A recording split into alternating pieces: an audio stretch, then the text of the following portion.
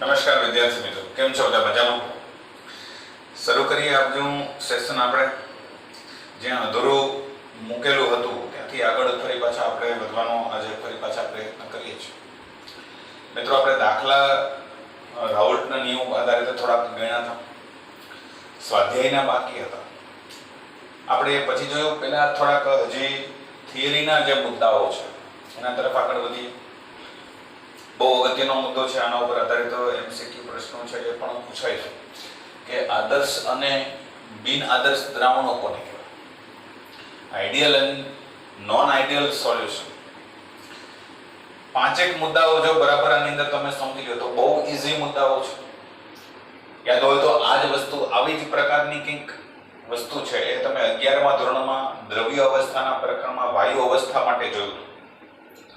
આદર્શ વાયુ અને બિન આદર્શ વાયુ એટલે કે વાસ્તવિક વાયુ, એની વ્યાખ્યા જો યાદ હોય તો કે જે વાયુના જે નિયમો છે, બોયલનો નિયમ, ચાર્લ્સનો નિયમ અથવા તો સામાન્ય વાયુ સમીકરણ છે V બરાબર એના T, એનું બરાબર પાલન કરે ગમે તે સાંદ્રતાએ, ગમે તે તાપમાને અને દબાણે, કોઈ પણ તાપમાને અને દબાણે જે આદર્શ વાયુ સમીકરણનું પાલન કરતો હોય એવા વાયુને આપણે આદર્શ વાયુ કહીએ છીએ, અને જે ન કરતા હોય એને બિન આદર્શ કે વાસ્તવિક વાયુ કહીએ છીએ. તો અહીંયા કંઈક એના જેવું જ છે. બરાબર, સમજી લઈએ. તૈયાર છો બધા? સીટ બેલ્ટ બાંધીને ફરી પાછા તૈયાર થઈ જાઓ. બરાબર, આદર્શ અને બિન આદર્શ દ્રાવણ કોને કહેવાય? તો એના માટે પાંચેક મુદ્દાઓ છે એ આપણે બરાબર જે સમજવાના છે. બરાબર, એની પહેલા નોંધ કરી લઈએ કે પહેલા તો એક તો દ્રાવણ બને છે ત્યારે શું થાય છે, દ્રાવણ કેવી રીતે બને છે. આપણે એનું ઉદાહરણ છે એ લઈ લઈએ કે ભાઈ દાખલા તરીકે મારી પાસે એક પાત્રની અંદર મેં એક દ્રાવક ભરેલો છે, દ્રાવક અથવા તો કોઈ પણ એક ઘટક દ્રાવણનો શુદ્ધ છે. બરાબર, આ શુદ્ધ ઘટક છે એને આપણે એ કહીએ તો સ્વાભાવિક છે કે આની સપાટી ઉપર બધા અણુઓ શેના હશે? તો કે એના. બરાબર, સમજો બરાબર કે આની સપાટી ઉપર બધા અણુઓ શેના હશે? ઘટક કણો શેના હશે? તો કે એના. એ બરાબર, આ શુદ્ધ ઘટક એ છે. એની અંદર હું દ્રાવ્ય, માનો કે આને આપણે દ્રાવક કહ્યો, તમે આને દ્રાવક પણ કહી શકો. બરાબર, બીજો ઘટક એક લઈએ. બરાબર, એનું પ્રમાણ આપણે થોડુંક ઓછું રાખીએ છીએ. માનો કે એ શુદ્ધ ઘટક છે B. બરાબર, આને આપણે દ્રાવ્ય કહીએ કારણ કે પ્રમાણ ઓછું છે. તો આમાં બધા ઘટક કણો છે એ શેના હશે? સપાટી ઉપર વિચાર કરો તો કે આમાં B ના ઘટક કણો હશે, B. બરાબર, સમજાશે? હવે આ બેને મેં મિક્સ કર્યા, બેને ભેગા કરું છું તો મને મળશે દ્રાવણ. બરાબર, પાત્ર છે એમાં બેને મિક્સ કરી દઉં છું તો હવે આની અંદર શું થયું? તો કે બે ઘટકો મિક્સ થઈ ગયા છે.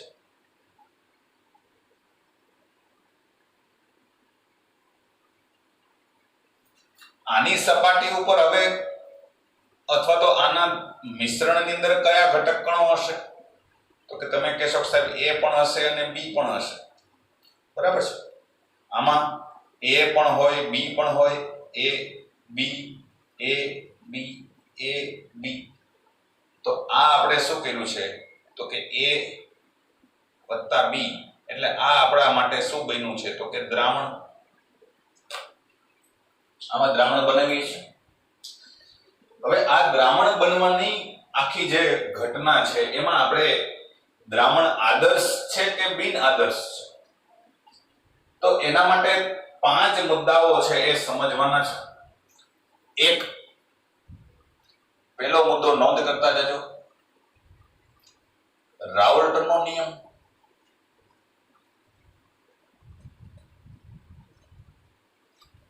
દ્રાવણ માટે રાઉલ્ટના નિયમનું પાલન થાય છે કે નહીં એ આપણે જોવાનું છે. રાઉલ્ટનો નિયમ એટલે શું? તો કે આપણે સૂત્ર તારવેલા છે એ યાદ કરો.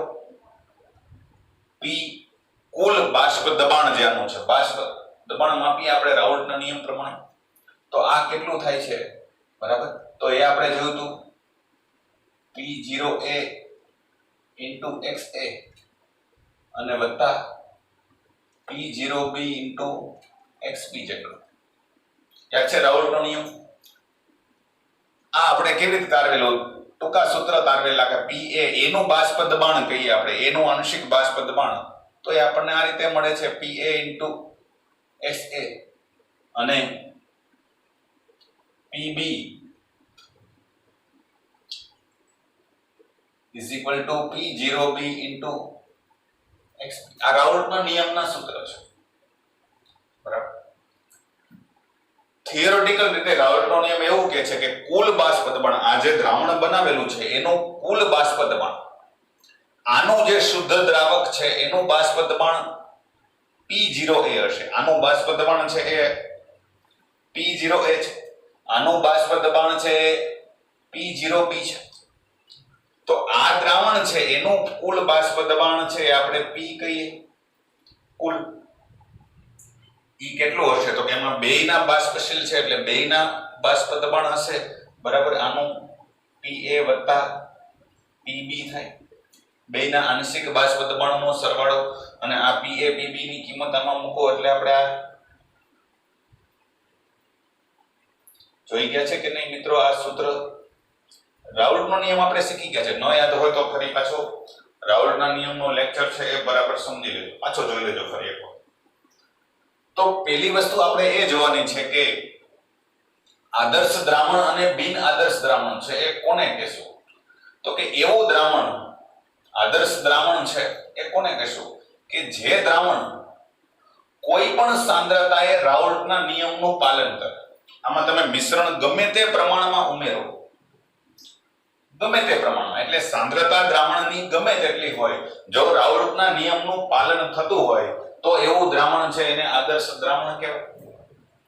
જો રાઉલ્ટના નિયમનું પાલન ન થતું હોય, અમુક સાંદ્રતાએ કે પછી અમુક પ્રમાણમાં મિશ્રણ કરીએ તો રાઉલ્ટના નિયમનું પાલન ન થાય તો એને કહેવાય બિન આદર્શ દ્રાવણ. હવે ખબર કેમ પડે? તો કે આ જે રીતે આપણે માપીએ છીએ બાષ્પ દબાણ, આ રાઉલ્ટનો નિયમ છે એટલે આ પ્રમાણે જે આપણને બાષ્પ દબાણ મળે છે સૂત્ર દ્વારા ગણતરી કરીને એને આપણે P થિયોરેટિકલ કહીએ. દ્રાવણનું બાષ્પ દબાણ પણ કેવું? તો કે આ P થિયોરેટિકલ, સૈદ્ધાંતિક અને કહી શકો નિયમ પ્રમાણેનું આ સૈદ્ધાંતિક બાષ્પ દબાણ છે. હવે રાઉલ્ટના નિયમનું પાલન થાય છે કે નહીં એ કેમ ખબર પડે? તો કે P ઓબ્ઝર્વડ, P ટોટલ છે, P કુલ છે, બરાબર, એ ઓબ્ઝર્વડ એટલે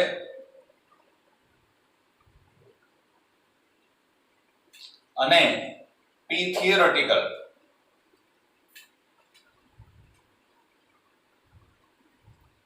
સૈદ્ધાંતિક, આ બે સરખા થવા જોઈએ. સાદી ભાષામાં કહીએ તો આ દ્રાવણનું તમે જો બાષ્પ દબાણ માપો પ્રયોગ કરીને પ્રેક્ટિકલી સમજો. બરાબર, દબાણ માપવા માટેના સાધનો આવે અલગ અલગ, બેરોમીટર કે મેનોમીટર કહેવાય. બેરોમીટર કે મેનોમીટરની મદદથી આ દ્રાવણનું બાષ્પ દબાણ માપો તો દ્રાવણનું બાષ્પ દબાણ છે એ માપેલું, ઓબ્ઝર્વડ એટલે તમે માપેલું પણ કહી શકો, માપેલું આનું બાષ્પ દબાણ અને આ સૂત્ર દ્વારા ગણેલું સૈદ્ધાંતિક. બરાબર, અહીંયા આગળ તમે આમ લખો તો લખી શકો કે સૈદ્ધાંતિક તો કેવી રીતે મળે છે? તો કે આ સૂત્ર દ્વારા P0A into XA અને P0B into XB. તો સાદી ભાષામાં કહીએ તો માપેલું કુલ બાષ્પ દબાણ છે એ આના જેટલું ગણતરી કરેલું હોય એના જેટલું થવું જોઈએ. જો થાય તો એનો મતલબ કે રાઉલ્ટના નિયમનું પાલન થાય છે. જો આ બે સરખા નથી થતા તો એનો મતલબ કે રાઉલ્ટના નિયમનું પાલન થતું નથી. એવી જ રીતે PA માપેલું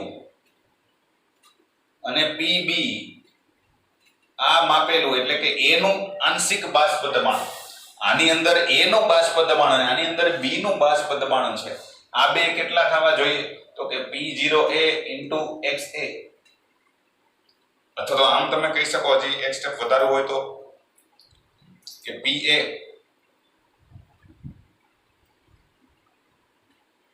સૈદ્ધાંતિક, અને સૈદ્ધાંતિક નું મૂલ્ય આપણને સૂત્ર દ્વારા મળે. સૂત્ર કયું છે? તો કે P0A * XA. બરાબર. સેમ આની જેમ જ PB સૈદ્ધાંતિક થવું જોઈએ, અને સૈદ્ધાંતિક નું મૂલ્ય કેટલું થાય? P0B * XB. આ ત્રણ સૂત્ર જે છે, 1 નંબર, 2 નંબર અને 3 નંબર, આ ત્રણ સૂત્ર પ્રમાણે તમને માપેલા બાષ્પ દબાણ છે, કુલ માપેલું બાષ્પ દબાણ, આંશિક બાષ્પ દબાણ, એ આ સૈદ્ધાંતિક જે સૂત્ર દ્વારા મળે છે એના જેટલા થવા જોઈએ. જો થાય તો એનો મતલબ કે રાઉલ્ટના નિયમનું પાલન થાય છે. નથી થતા તો રાઉલ્ટના નિયમનું પાલન નથી થાય. રાઉલ્ટના નિયમનું પાલન થાય તો આદર્શ દ્રાવણ, અને ન થાય તો બિન આદર્શ દ્રાવણ. ક્લિયર છે? આટલી વસ્તુ સમજાશે દરેકને? કેમ થાય, કેમ ખબર પડે? તો કે આ સૂત્ર દ્વારા દબાણ માપો અને સૂત્ર દ્વારા ગણતરી કરો. દબાણ માપો અને સૂત્ર દ્વારા ગણતરી કરો. બે જો સરખા આવે તો પાલન થાય છે, તો આદર્શ દ્રાવણ. બે સરખા ન આવે તો બિન આદર્શ દ્રાવણ, મતલબ કે રાઉલ્ટના નિયમનું પાલન થતું નથી.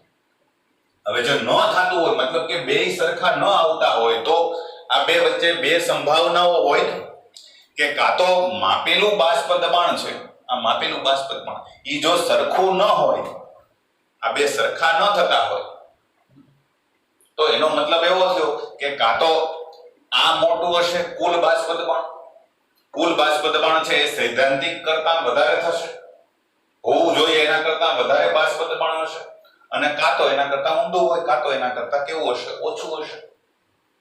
બરાબર છે? એના આધારે આપણે ફરી પાછા બિન આદર્શ દ્રાવણના બે ભાગ પાડવાના છે. એ આપણે બિન આદર્શ દ્રાવણના વિભાગમાં, આજે માત્ર આપણે આદર્શ દ્રાવણ તરફ જ ની ચર્ચા કરશું. ક્લિયર? આટલી વસ્તુ રાઉલ્ટનો નિયમ સમજાઈ ગયો. તમારે ખાલી આટલી વસ્તુ યાદ રાખવાની છે કે માપેલું બાષ્પ દબાણ જે છે, રાઉલ્ટના નિયમની અંદર આપણે એટલી વસ્તુ છે ટૂંકમાં દર્શાવી નાખી, તો ખાલી એટલું કહી શકો કે કુલ બાષ્પ દબાણ માપેલું એટલે કે ઓબ્ઝર્વડ એ કેટલું થવું જોઈએ? તો કે P0A * XA અને P0B * XB. જો આના જેટલું જ થાય તો એનો મતલબ એવો થાય કે રાઉલ્ટના નિયમનું પાલન થાય છે, અથવા તો PA આ માપેલું કેટલું થવું જોઈએ? તો કે P0A * XA. ઓબ્ઝર્વડ છે, માપેલું બાષ્પ દબાણ આના જેટલું થાય તો રાઉલ્ટના નિયમનું પાલન થાય છે, અથવા તો PB માપેલું એટલે કે ઓબ્ઝર્વડ P0B * XB જેટલું થાય છે, તો એનો મતલબ કે રાઉલ્ટના નિયમનું પાલન થાય છે. આ ત્રણ સૂત્ર જો ડાબી બાજુ અને જમણી બાજુની કિંમતો તમને જો સરખી મળે તો એનો મતલબ રાઉલ્ટના નિયમનું પાલન થાય છે. ન થાય તો એનો મતલબ કે રાઉલ્ટના નિયમનું પાલન થતું નથી. હવે એના આધારે વ્યાખ્યા આપણે સમજી શકાય કે જે દ્રાવણ કોઈ પણ સાંદ્રતાએ રાઉલ્ટના નિયમનું પાલન કરે એને આદર્શ દ્રાવણ કહેવાય, અને જે દ્રાવણ કોઈ પણ સાંદ્રતાએ રાઉલ્ટના નિયમનું પાલન ન કરતું હોય તો એને બિન આદર્શ દ્રાવણ કહેવાય. સીધી વસ્તુ છે. બીજો મુદ્દો હોય, પહેલો મુદ્દો થઈ ગયો. બીજો મુદ્દો હવે શું સમજવાનું છે? તો કે delta V mixture, delta V mixture આનું મૂલ્ય કેટલું? આ મૂલ્ય છે આદર્શ દ્રાવણ માટે અને બિન આદર્શ દ્રાવણ માટે જુદું જુદું હશે. કેવી રીતે સમજો? માનો કે આ જે દ્રાવણ શુદ્ધ દ્રાવક આપણે લીધો છે, આનું કદ છે V1, બરાબર, અને અહીંયાથી પાત્ર થોડુંક ઢોળાઈ ગયું છે, તૂટી ગયું છે. આનું કદ આપણે લઈએ V2, V1 આનું કદ છે, આનો છે V2 એક્ઝામ્પલ માટે તમે લઈ શકો ભાઈ આ છે 3 લિટર છે માનો કે, બરાબર, અને આ છે એ 2 લિટર છે, તમારે એક્ઝામ્પલ માટે લેવું તો લઈ શકો. તો V1 અને V2 એ શુદ્ધ દ્રાવક અને દ્રાવ્યના કદ છે. હવે તમે જ્યારે દ્રાવણ બનાવો છો, બરાબર, તો દ્રાવણનું કદ છે એને આપણે VF કહીએ. VF આ કેટલું થશે?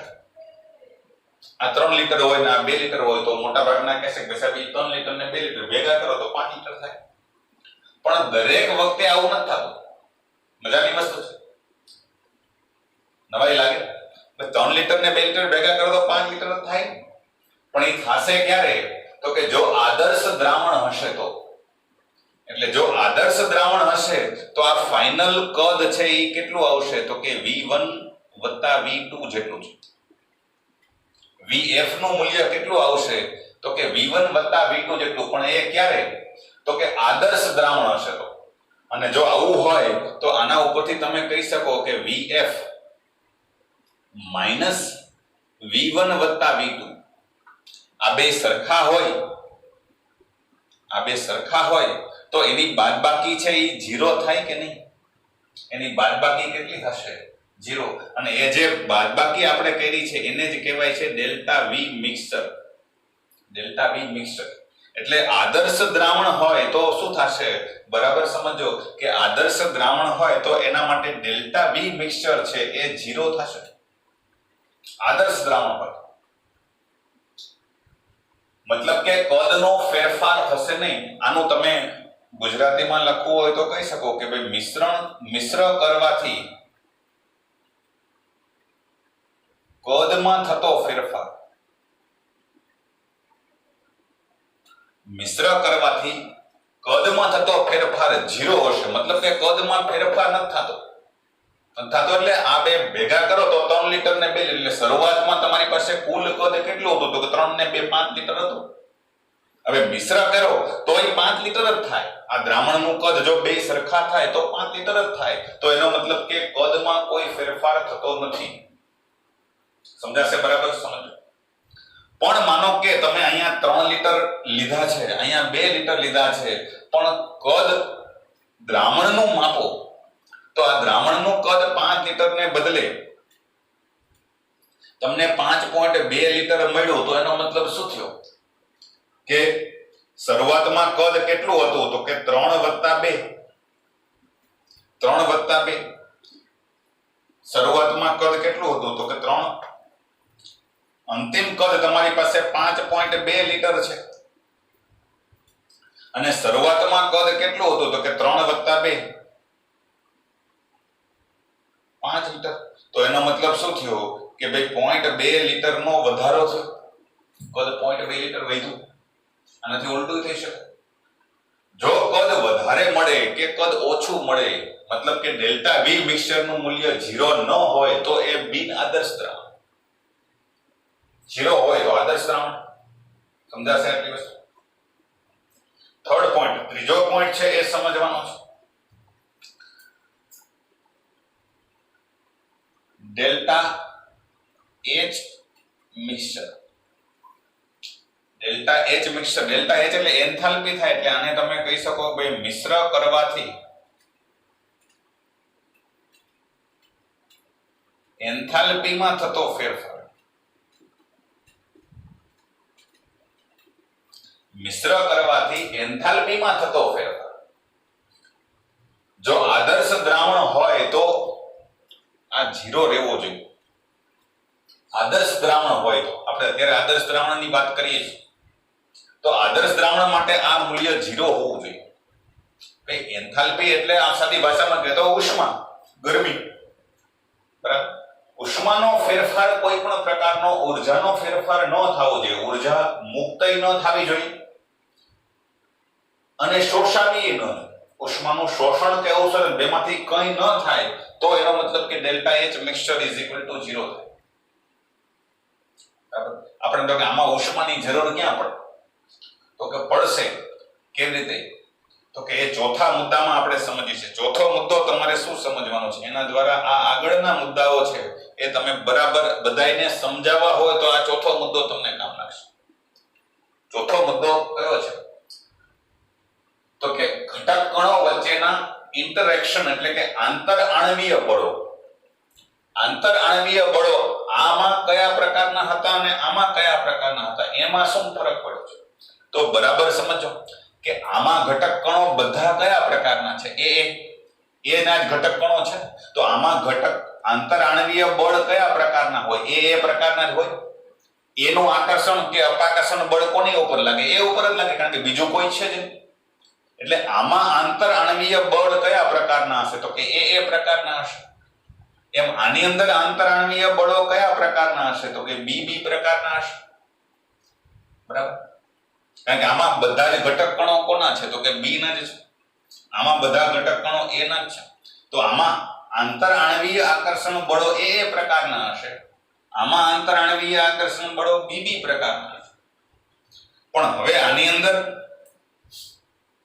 અંદર તો કે એ અને બી બેને ભેગા કર્યા છે એટલે એમાં શું થશે? તો કે એમાં આકર્ષણ બળ છે એ પ્રકારના તો હશે જ, બી પ્રકારના તો હશે જ, પણ હારે આની અંદર હવે એ બી પ્રકારના આકર્ષણ બળો હશે જે આમાં પેલા હતા નહીં. સમજાશે?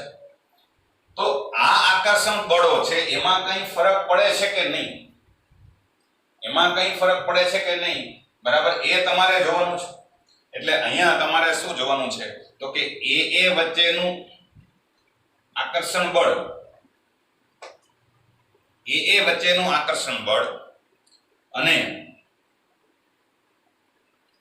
બી વચ્ચેનું આકર્ષણ બળ છે. આ શરૂઆતમાં એ અને બી વચ્ચેના આકર્ષણ બળો હતા, આંતરાણવીય બળો હતા એ અને બી પ્રકાર.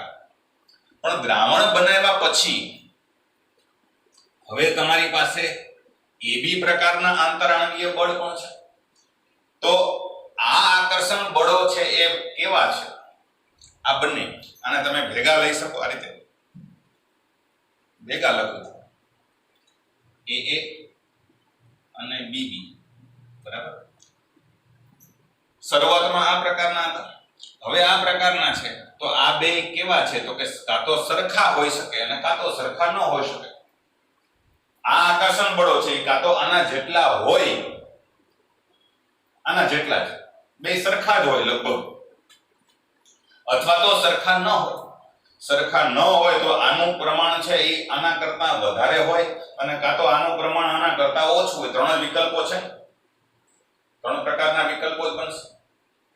કાં તો આ બે આકર્ષણ બળો છે આના જેટલા હોય તો ઇક્વલ ટુ ની નિશાની આવશે. જો એના જેટલા ન હોય તો આ આકર્ષણ બળો મોટા હોય ને આ નાના હોય, અને કાં તો એનાથી ઉલટું થાય, આ આકર્ષણ બળો છે એ બી પ્રકારના એ વધારે હોય. ત્રણ સંભાવનાઓ છે. અહીંયા શું થાય છે આદર્શ દ્રાવણની અંદર? તો કે આદર્શ દ્રાવણમાં આ બે પ્રકારના આકર્ષણ બળો સરખા હશે લગભગ. જો આદર્શ દ્રાવણ હશે એના કારણે શું થશે? તો કે એ વચ્ચે જેટલું આકર્ષણ બળ લાગે, બી વચ્ચે જેટલું આકર્ષણ બળ લાગે છે, એ અને બી વચ્ચે પણ લગભગ એટલું જ આકર્ષણ બળ લાગે છે. અને એટલા માટે જ ડેલ્ટા એચ મિક્સર 0 થાય. શું કામ? સમજી શકો? તો કે આ એ વચ્ચેનું આકર્ષણ બળ આપણે દ્રાવણ બનાવવું હોય તો શું કરવું પડશે? તો કે એ ની અંદર બી મિક્સ કરીએ છીએ. એની અંદર બી મિક્સ કરશો એટલે એ વચ્ચેનું આકર્ષણ બળ તોડશું. આ બંધને આપણે આ આકર્ષણ આને બેને છૂટા પાડવા પડશે, કારણ કે એ ને છૂટા પાડવા છે, બી ને છૂટા પાડવા છે, અને પછી આપણે એ બી ને ભેગા કરવા છે. એટલે એ વચ્ચેનું આકર્ષણ બળ તોડવા માટે તમારે શું કરવું પડશે? તો કે એનર્જી આપવી પડશે આને. એટલે આ પ્રક્રિયા છે એ કેવી થશે? તો કે ઉષ્મા શોષણ. બી ને પણ આપણે છૂટા પાડવાના છે એટલે એમાં પણ ઉષ્માનું શોષણ થશે. આ પણ ઉષ્મા શોષણ પામશે. પણ હવે આ બે છૂટા પડ્યા પછી આપણે અહીંયા ભેગા કરીએ છીએ તો ભેગા કરશો એટલે શું થશે? તો કે એ અને બી ને તમે જોડો છો એટલે આ ઘટના છે એ ઉષ્માક્ષેપક બનશે. સમજો બરાબર? આપણે આ કરીએ છીએ શું? તો કે એ વત્તા બીબી એમાંથી 2 મોલ AB બનાવીએ. આવું થાય સમીકરણ બનાવતા. દ્રાવણ બનાવવું છે તો દ્રાવણમાં આપણે શું કરીએ તો કે A અને B ને મિક્સ કરીએ છીએ. તો આના માટે આપણે શું કરશું તો કે A ને આપણે છૂટા પાડવા છે તો એના માટે બંધને તોડવા માટે ઊર્જા આપવી પડશે. બરાબર. B ને છૂટા પાડવા તો એના માટે પણ ઊર્જા આપવી પડશે. પણ હવે આ આકર્ષણ બળો છે બધા જ પ્રકારના, આ બધા આકર્ષણ બળો સરખા જ હોય તો આકર્ષણ બળ સરખું હોય તો છૂટા પાડવા માટે ઊર્જા સરખી જ જોઈએ. સમજાશે? બરાબર. સમજી લો અહીંયા કે ભાઈ માનો કે આ બંધને તોડવા માટે તમારે 30 કિલોજોલ ઉષ્મા વપરાય છે. આને તમારે તોડવા માટે માનો કે 50 કિલોજોલ ઉષ્મા વપરાય છે. તો આને તોડવા માટે તમે 30 કિલોજોલ, આને તોડવા માટે 50 કિલોજોલ ઉષ્મા આપી એટલે કુલ કેટલી તો કે 80 કિલોજોલ ઉષ્માનું શોષણ થયું. 80 કિલોજોલ ઉષ્માનું શોષણ થયું. બરાબર. પણ હવે આ બે વચ્ચેને અહીંયા આગળ જે આનું વચ્ચેનું આકર્ષણ બળ છે એ લગભગ આના જેટલું જ હોય તો માનો કે આને બંધ બનશે, અહીંયા બંધ બનશે તો એમાં ઊર્જા છૂટી પડે છે. તો એક બંધ આવો બને ત્યારે માનો કે 40 કિલોજૂલ ઉષ્મા છૂટી પડે છે. તો આવા બે બંધ બન્યા એટલે કુલ ઉષ્મા કેટલી છૂટી પડી તો કે 80 કિલોજૂલ. તો 80 કિલોજૂલ આપણે કુલ આપી હતી અને છૂટી પણ કેટલી પડી તો કે 80 કિલોજૂલ. તો એનો મતલબ કે ઉષ્માનું શોષણ ન થયું અને ઉત્સર્જન ન થયું એટલે ડેલ્ટા H મિક્સચર કેવું મળ્યું તો કે 0. સમજાશે? બરાબર. આવું થશે અહીંયા કારણ કે આકર્ષણ બળો બે પ્રકારના છે એ લગભગ કેવા છે તો કે સરખા પ્રકારના. આંતરાણવીય બળો AA અને BB, AA BB અને AB ત્રણેય કેવા છે તો કે લગભગ સરખા પ્રકાર. આ આકર્ષણ બળો છે ઈ જેટલા મજબૂત છે એટલા જ આ મજબૂત છે. એના કારણે શું થાય તો કે અહીંયા A અલગ અલગ રાખો A અને B ને કે ભેગા કરો કઈ બહુ ફરક પડતો નથી અને ફરક નથી પડતો એટલે જ આદર્શ દ્રાવણ બળ. બરાબર. આકર્ષણ અપાકર્ષણ બળો સેમ જ રહેશે. પહેલા અને પછી બે, પહેલા અને પછી કોઈ ફરક નથી પડતો. તો બાષ્પ દબાણમાં પણ કઈ ફરક નહીં પડે. માપેલું પહેલાનું બાષ્પ દબાણ થિયોરેટિકલ અને ઓબ્ઝર્વર બે સરખા જ આવશે. સમજાશે? એવું જો કદમાં મિક્સચરમાં થાય તમે એ આના આધારે જ સમજાવી શકો. બરાબર કે ભાઈ પહેલા જેટલું આકર્ષણ બળ લાગતું હતું અહીંયા BB વચ્ચે પહેલા જેટલું આકર્ષણ બળ લાગતું હતું એટલું જ હવે અહીંયા લાગે છે. આમાં પણ એટલું જ આકર્ષણ બળ લાગે છે. તો અહીંયા કદ જેટલું હતું અહીંયા કદ જેટલું હતું એટલું જ કદ અહીંયા રહેશે. કદમાં કઈ ફરક નહીં પડે.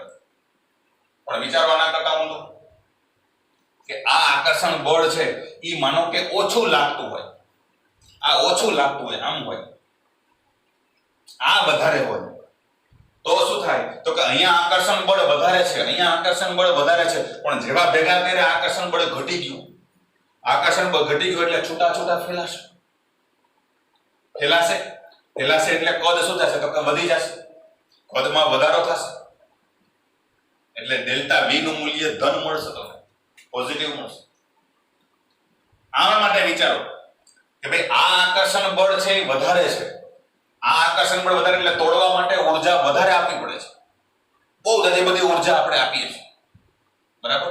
અને અહીંયા આકર્ષણ બળ તો કે સાવ ઓછું છે. આકર્ષણ બળ ઓછું છે તો એમાં ઊર્જા પણ થોડીક જ છૂટી પડશે. એટલે થાય એવું કે ભાઈ અહીંયા શું થાય તો અહીંયા આકર્ષણ બળ નબળું હોય તો માનો કે 20 કિલોજૂલ ઉષ્મા છૂટી પડી તો આઈપીથી કેટલી તો કે 80 અને છૂટી કેટલી પડી તો કે 40 ટોટલ. તો એનો મતલબ કે ડેલ્ટા H નું મૂલ્ય તમે માપશો તો 40 - 80 એટલે -40 આવશે. -40 નો મતલબ શું થયો કે ઉષ્માનું ત્યાં શોષણ થશે. સમજાશે? તો આ પ્રમાણે ડેલ્ટા H નું મૂલ્ય ત્યાં 0 નહીં મળે. ડેલ્ટા H નું મૂલ્ય 0 મળશે ને આગળ આપણે જોઈએ છે એના આધારે ધન મળશે. અહીંયા તમારે કુલ ઉષ્માનો ફેરફાર છે 80 માંથી 40 બાદ કરશો. આગળ બિન આદર્શ દ્રાવણમાં આપણે જોઈએ છે ફરી પાછું. અહીંયા ખાલી આપણે એટલું યાદ રાખીએ કે ભાઈ આદર્શ દ્રાવણ હોય તો એમાં આ આકર્ષણ બળો છે એ કેવા હશે તો કે સરખા. બરાબર. ચોથી બાબત છે એ તમારે યાદ રાખવાની છે. પાંચમી બાબત ટેક્સ્ટબુકમાં ઉલ્લેખ નથી કરેલો, પણ છતાંય હું નોટ કરાવી દઉં છું તમને. પાંચમી બાબત શું યાદ રાખવાનું છે?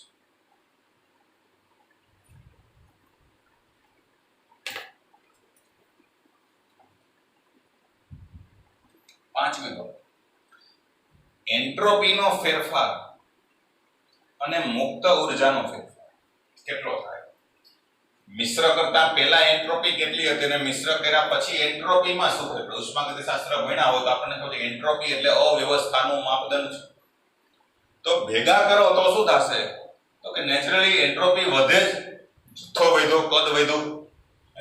ભેગા કરો તો અવ્યવસ્થા વધે જ ને. એક ક્લાસમાં તમે ભણાવતા હોય ને હું ભણાવતો હોય ને પછી એમાં બીજો ક્લાસ ભેગો કરું તો સ્વાભાવિક છે કે એના કારણે એન્ટ્રોપી વધશે, અવ્યવસ્થા વધશે, કારણ કે કદ વધે છે. એટલે આ યાદ રાખજો બરાબર કે એન્ટ્રોપીનું મૂલ્ય હંમેશા 0 કરતા મોટું જ હોય, હંમેશા. આ યાદ રાખજો. આદર્શ દ્રાવણ હોય કે ન હોય, ઓલવેઝ આ હંમેશા લખ્યું છે એટલે આદર્શ દ્રાવણ માટે એન્ટ્રોપી વધે. આદર્શ દ્રાવણને બદલે બિન આદર્શ દ્રાવણ હોય તોય એન્ટ્રોપી તો વધે. તમે બિન આદર્શ દ્રાવણ બનાવશો તો પણ એમાં એન્ટ્રોપી તો વધારો જ થશે. અને ડેલ્ટા જી નું મૂલ્ય હંમેશા 0 કરતા નાનું આવે. કારણ કે મિશ્ર કરો છો તો મિશ્ર થવાની પ્રક્રિયા એની મેળે થાય છે. આપમેળે દ્રાવણ એની મેળે બની જાય, તમારે કઈ પ્રયત્ન કરવો પડતો નથી. દ્રાવણ બને છે એ સ્વયંભૂ પ્રક્રિયા છે, સ્વયંસ્ફુરિત પ્રક્રિયા છે. અને સ્વયંસ્ફુરિત પ્રક્રિયા માટે ડેલ્ટા જી નું મૂલ્ય હંમેશા ઋણ હોય. એટલે આ જે ફેરફાર છે આપણે બરાબર નોંધો કે આ બેય માટે લાગુ પડશે. બેય માટે એટલે આદર્શ અને બિન આદર્શ બેય માટે. આદર્શ દ્રાવણ માટે અને બિન આદર્શ માટે, બંને માટે એ સેમ જ રહેશે. હંમેશાનો મતલબ કે ગમે તેવું દ્રાવણ બનાવો, દ્રાવણ બને છે તો એન્ટ્રોપીનું મૂલ્ય હંમેશા ધન જ મળશે, એન્ટ્રોપીમાં વધારો જ થશે. દ્રાવણ બને છે આદર્શ બને કે બિન આદર્શ મળે, મુક્ત ઉર્જાનો ફેરફાર હંમેશા ઋણ જ હોય. ક્લિયર આટલી વસ્તુ? આ પાંચમો મુદ્દો. હજી એક મુદ્દો જોવાનો છે, એ છે આલેખ.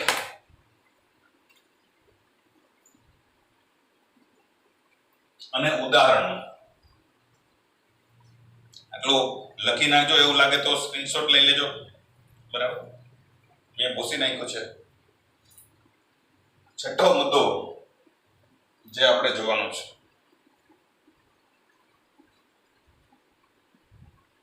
એ છે આલેખ. આદર્શ દ્રાવણ માટે આલેખ કેવો મળે? તો કે આગળ આપણે આલેખ દોરેલો હતો એ ફરી પાછો દોરવાનો પ્રયત્ન છે એ કરું છું.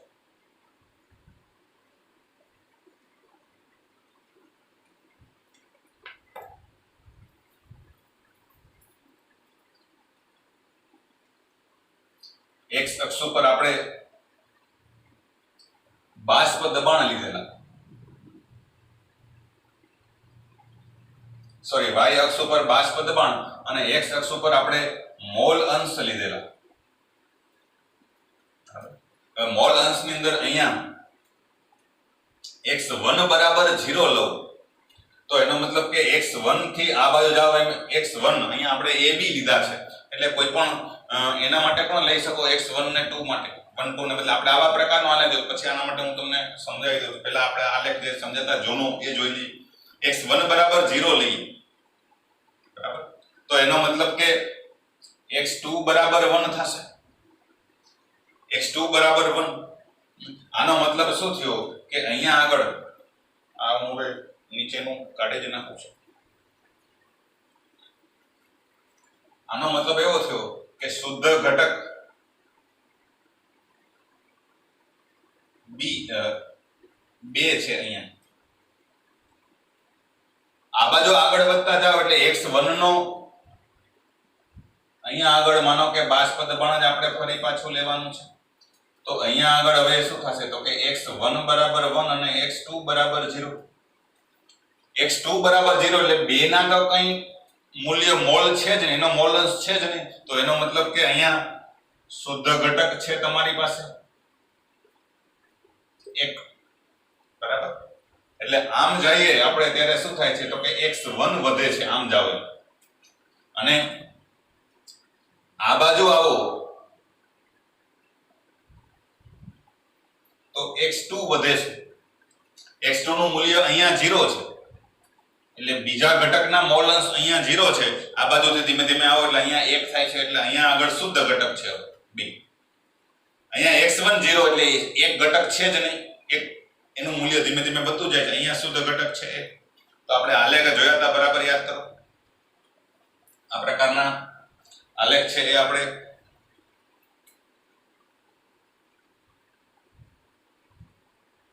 લીધેલો. આ આલેખ કોના માટેનો તો કે પેલો ઘટક જે છે એટલે p1 બરાબર x01 into p1. અહીંયા આગળ જે મૂલ્ય મળશે એ શું મળશે તો કે p01 મૂલ્ય, કારણ કે તમારી પાસે શુદ્ધ ઘટક છે એ એટલે અહીંયા જે બાષ્પ દબાણ હશે એ પેલા ઘટકનું શુદ્ધ બાષ્પ દબાણ હશે. અહીંયા આગળથી આલેખ દોરો તો આ પ્રકારનો મળશે.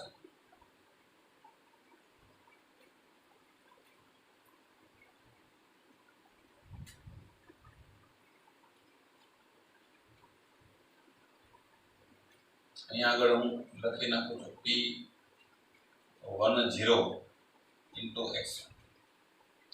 તો આ આલેખ કોના માટેનો થશે તો કે p2 બરાબર p02 into x2. યાદ છે?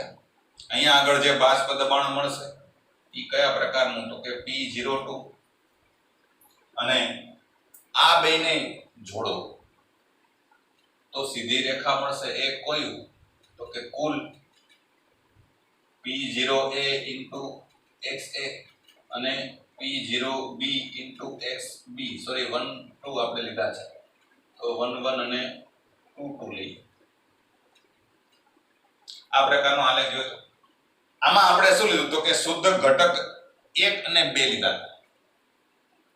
AB માટે દોરવું હોય તો સેમ, માનો કે 1 છે ત્યાં હું શું કરી દઉં તો કે 1 છે ત્યાં A કરી દઉં અને 2 છે ત્યાં B કરી દઉં. તો આ 2 આવ્યું એનો મતલબ કે શુદ્ધ ઘટક B, બરાબર. આ 2 આવ્યું ત્યાં શું થશે તો કે PB0B. 1 આવ્યું ત્યાં A, 2 આવ્યું ત્યાં B, બરાબર. તો અહીંયા શુદ્ધ ઘટક તમારી પાસે કયો છે તો કે A. સમજાશે મિત્રો? ખાલી ફરક એટલો 1 2 લખો કે AB લખો કોઈ ફરક નથી પડતો. અહીંયા હવે હું AB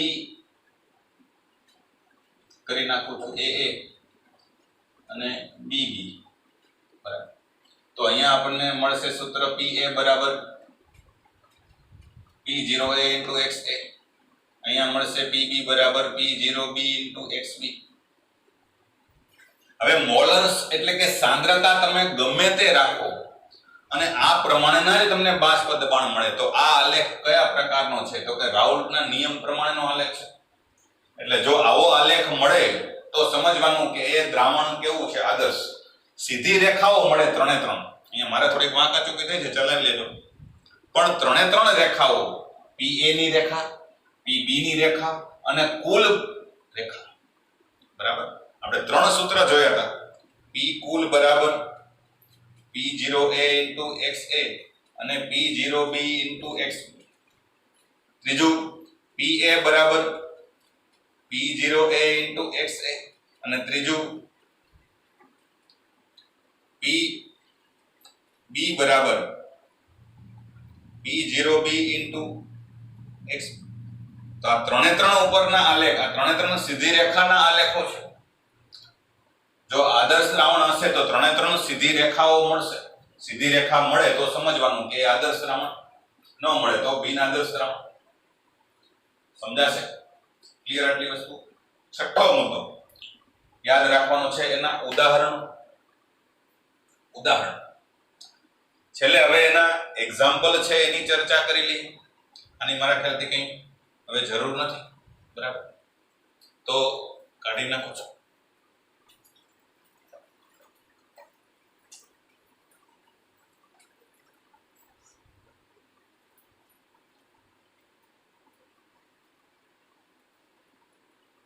આદર્શ દ્રાવણના ઉદાહરણો. સાતમો મુદ્દો થશે. બરાબર, આ 7 મુદ્દાઓ તમારે યાદ રાખવાના છે. દાખલા તરીકે તમને જે એક્ઝામ્પલ આપ્યા છે એ લઈ શકો. નોર્મલ, હેક્ઝેન અને નોર્મલ હેપ્ટેન. નોર્મલ હેક્ઝેન અને નોર્મલ હેપ્ટેન છે એ બંને મિશ્ર કરો તો એ આદર્શ દ્રાવણ બનાવશે. આપણે અત્યારે ચર્ચા કરીએ છીએ માત્ર મિત્રો આદર્શ દ્રાવણોની જ. બરાબર, આદર્શ દ્રાવણ નોર્મલ હેક્ઝેન, નોર્મલ હેપ્ટેન. આ બંને લ્યો તો બેય કેવા છે? આ કેવું છે તો કે અધ્રુવીય. આ કેવું છે તો કે અધ્રુવીય. બંનેના ધ્રુવીય નેચર છે, પોલર નેચર છે, બેયના કેવા છે તો કે સરખા જ છે. બરાબર, એટલે આકર્ષણ બળો લગભગ કેવા હશે? સરખા. આકર્ષણ બળો સાઈઝ ઉપર આધાર રાખે તો બેયની સાઈઝ પણ સરખી છે. બરાબર, એટલે પોલર નેચર એના સરખા છે અને સેમ સાઈઝ છે.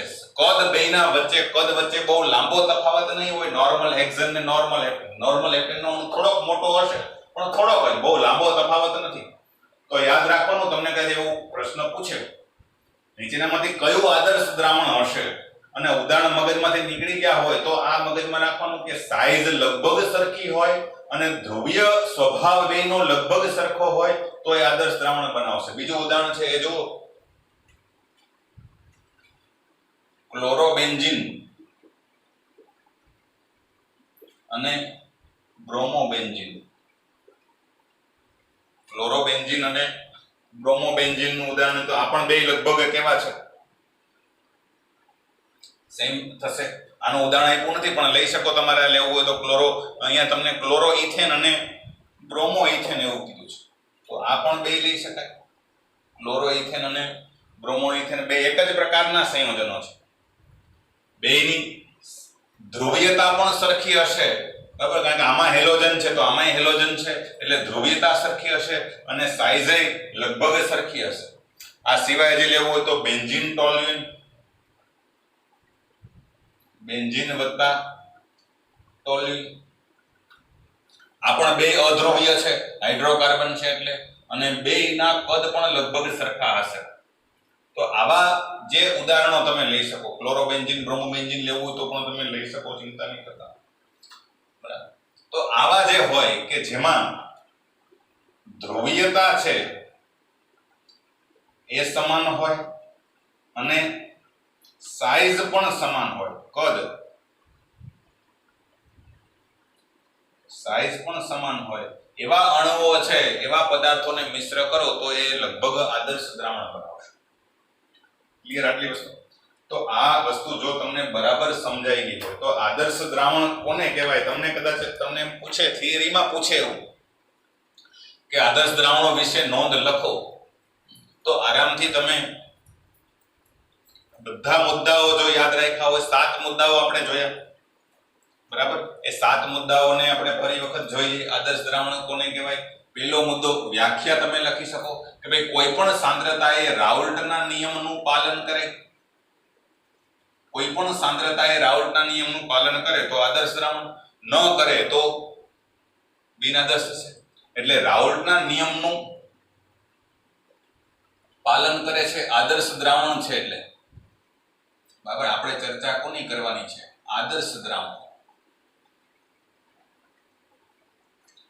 બરાબર, પછી બીજું આદર્શ દ્રાવણ માટે બીજો મુદ્દો આપણે કયો જોયો તો યાદ કરો તો કે delta V mixer is equal to 0 થશે. મતલબ કે મિશ્ર કરવાથી કદમાં થતો ફેરફાર ઈ કેમ મળે તો કે VF -V1 + V2 આ કેવું થવું જોઈએ? 0. અંતિમ દ્રાવણનું કદ. બરાબર, આ શું છે તો કે દ્રાવણનું કદ અને આ દ્રાવ્ય અને દ્રાવક બેયના કદ છે. દ્રાવ્ય દ્રાવકના કદનો સરવાળો છે ઈ દ્રાવણના કદમાંથી બાદ કરો તો ડેલ્ટા V મિક્સર મળશે. આદર્શ દ્રાવણ હશે તો એ 0 હશે, બિન આદર્શ હશે તો 0 નહીં હોય. કાં તો ધન હશે કાં તો ઋણ હશે. બરાબર, ત્રીજો મુદ્દો જોયો તો આપણે ડેલ્ટા H મિક્સર બરાબર 0. મતલબ કે મિશ્ર કરવાથી એન્થાલ્પીમાં કોઈ ફેરફાર થશે નહીં, મતલબ કે ઉષ્માનું ઉત્સર્જન નહીં થાય, ઉષ્માનું શોષણ નહીં થાય. જેટલું શોષણ થશે એટલું જ ઉત્સર્જન, એટલે નેટ ફેરફાર છે એ 0 થઈ જશે. ઉષ્માનો કુલ ફેરફાર 0 થઈ જશે. ચોથી બાબત આપણે જે જોઈ હતી એ તો બધાને લાગુ પડશે, ડેલ્ટા એસ અને ડેલ્ટા જી. ડેલ્ટા એસ હંમેશા ગ્રેટર ધેન 0, ડેલ્ટા જી હંમેશા લેસ ધેન 0. બરાબર. પાંચમો મુદ્દો આપણે જોયો તો કયો યાદ કરો, એક રહી ગયું વચમાં, ડેલ્ટા વી ડેલ્ટા એચ. ત્યાર પછી આલેખનો મુદ્દો જે આપણે જોયો છે અહીંયા આપ્યો છે તમારો છઠ્ઠો મુદ્દો થયો છે. બરાબર. એકાદો મુદ્દો વચ્ચે એક રહી ગયો, આપણે આની વચ્ચે અહીંયા લઈ લઈએ છે એ અને બીબી જે મેઇન રીઝન છે. બરાબર. આના આકર્ષણ બળો કોના જેટલા હશે તો કે એ બી પ્રકાર. આ શું છે તો કે આંતર આણવીય બળો. આંતર આણવીય બળ એ અને બીબી એ જેટલા મજબૂત હશે એટલા જ એ અને બી વચ્ચેનો આંતર આણવીય બળ મજબૂત હશે. આંતર આણવીય બળો છે એ બે લગભગ સમાન પ્રકારના હશે. છઠ્ઠો મુદ્દો આપણે જોયો તો એ સામે લખેલો છે આલેખ. 3 એ 3 આલેખો છે એ સીધી રેખા મળે તો આદર્શ દ્રાવણ, સીધી રેખા ન મળે તો બિન આદર્શ દ્રાવણ. બરાબર. અને સાતમો મુદ્દો આપણે એના ઉદાહરણો જોયા હતા. એ ઉદાહરણોની અંદર ધ્યાન રાખવાનું કે સાઈઝ અને ધ્રુવીયતા છે એ લગભગ સમાન હોય એવા દ્રાવણો, આદર્શ દ્રાવણો છે એ બનાવશે. સાઈઝ અને ધ્રુવીયતા છે એની લગભગ સરખી હોવી જોઈએ. તો આ આદર્શ દ્રાવણોની બધી વસ્તુ આવી ગઈ. આદર્શ દ્રાવણ છે કોઈ પણ સાંદ્રતાએ રાઉલ્ટના નિયમનું પાલન કરે, કદનો ફેરફાર થાય નહીં, મતલબ મિશ્ર કરવાથી કુલ કદ એ પહેલા જેટલું જ રહેશે, ડેલ્ટા બી 0 થશે, એન્થાલ્પીનો ફેરફાર પણ 0 થશે, ઉષ્માનું શોષણ કે ઉત્સર્જન પણ નહીં થાય. બરાબર. આ તો દરેકને લાગુ પડે છે, આદર્શ બિન આદર્શ બધાયને. એન્ટ્રોપી હંમેશા વધે જ અને મુક્ત ઉર્જા હંમેશા ઘટે જ. બરાબર. આંતર આણવીય બળો છે એ સરખા જ હશે પહેલાના અને પછીના. અને આલેખ હંમેશા સીધી રેખાઓ મળશે 3 એ 3 જે આપણે જોયા છે. બરાબર. અને સાતમો મુદ્દો આપણે જે એના ઉદાહરણો જોયા હતા એ તમે યાદ રાખી શકો. નોર્મલ હેક્સેન, નોર્મલ હેપ્ટેન છે, ક્લોરોઇથેન, બ્રોમોઇથેન છે કે પછી બેન્ઝીન, ટોલ્યુએન છે, એ આદર્શ દ્રાવણો બનાવે છે. બરાબર. આદર્શ દ્રાવણો છે એ બહુ ઓછા બને છે. આ એ સંપૂર્ણપણે જે ઉદાહરણ આપ્યા છે સંપૂર્ણપણે આદર્શ ન હોય પણ લગભગ આદર્શની નજીક તમે કહી શકો. વાસ્તવિક વાયુ અને આદર્શ વાયુ જેવું છે. સંપૂર્ણપણે આદર્શ હોય એવા વાયુઓ તો બહુ ઓછા. એમ અહીંયા સંપૂર્ણપણે આદર્શ રીતે વર્તા એવા દ્રાવણો બહુ દુર્લભ છે, પણ થોડાક તમે આવા લઈ શકો. જો આદર્શ દ્રાવણો બરાબર આપણે સમજ્યા હોય તો હવે બિન આદર્શ દ્રાવણો છે એ તમને સમજવામાં કઈ મુશ્કેલી ન પડે. આનું ઉલટું કરી નાખવાનું છે. બિન આદર્શ દ્રાવણ એટલે તો કે જે રાઉલ્ટના નિયમનું કોઈ પણ સાંદ્રતાએ પાલન ન કરે. દરેક સાંદ્રતાએ પાલન ન કરે. અમુક સમયે કરે, અમુક સાંદ્રતા હોય તો રાઉલ્ટના નિયમનું પાલન કરે, અમુક સાંદ્રતાએ ન પણ કરે. એટલે દરેક સાંદ્રતાએ જે રાઉલ્ટના નિયમનું પાલન ન કરે તો બિન આદર્શ દ્રાવણ. એમાં ડેલ્ટા બી બિન આદર્શ દ્રાવણમાં શું થશે તો કે રાઉલ્ટના નિયમનું પાલન આ બિન આદર્શ હોય તો ન કરે. આ બધું શું થઈ જશે તો કે નોટ ઇક્વલ ટુ, આ ઇક્વલ ટુ નહીં થાય, આ 0 નહીં થાય, આ એ 0 નહીં થાય, આ આકર્ષણ બળો સરખા નહીં હોય, આલેખ સીધી રેખા નહીં મળે. બરાબર. આના કરતા ઊંધું બધું આલેખ સીધી રેખા ન મળે તો સમજી લેવાનું કે બિન આદર્શ દ્રાવણ. પણ બિન આદર્શ દ્રાવણો શું કામે બને છે? બરાબર. એની ચર્ચા આપણે કરશું. બિન આદર્શ દ્રાવણોના બે પ્રકારો આપણે સમજવાના છે. એક ધન વિચલન ધરાવતા દ્રાવણો અને એક ઋણ વિચલન ધરાવતા દ્રાવણો. તો એ કોને કહેવાય એની ચર્ચા આપણે આવતા સેશનમાં રાખીએ. આટલું પહેલા બરાબર ક્લિયર સમજી લો. થોડુંક હજી આગળનો રાઉલ્ટનો નિયમ ને ભૂલાઈ ગયો તો એનું રિવિઝન કરી લો. બરાબર. એક સેશનમાં આપણે આમ તો પતી જાય 3 પ્રકારનો આદર્શ અને બિન આદર્શ દ્રાવણો, પણ આપણે થોડુંક ધીમું ચાલ્યું છે કારણ કે આગળના મુદ્દાઓ જે આપણે જોયા હતા એને થોડોક સમય થઈ ગયો છે. જો ભૂલાઈ ગયો તો એનું રિવિઝન કરી લ્યો. બરાબર. હારે જેથી કરીને આ સમજવામાં મુશ્કેલી ન પડે. નેક્સ્ટ સેશનની અંદર હવે આપણે બિન આદર્શ દ્રાવણો જે બે પ્રકારના છે એના વિશેની ચર્ચા કરશું. ત્યાં સુધી આવજો મિત્રો, ઘરે રહીને મહેનત કરતા રહેજો. આજનું સેશન આપણે અહીંયા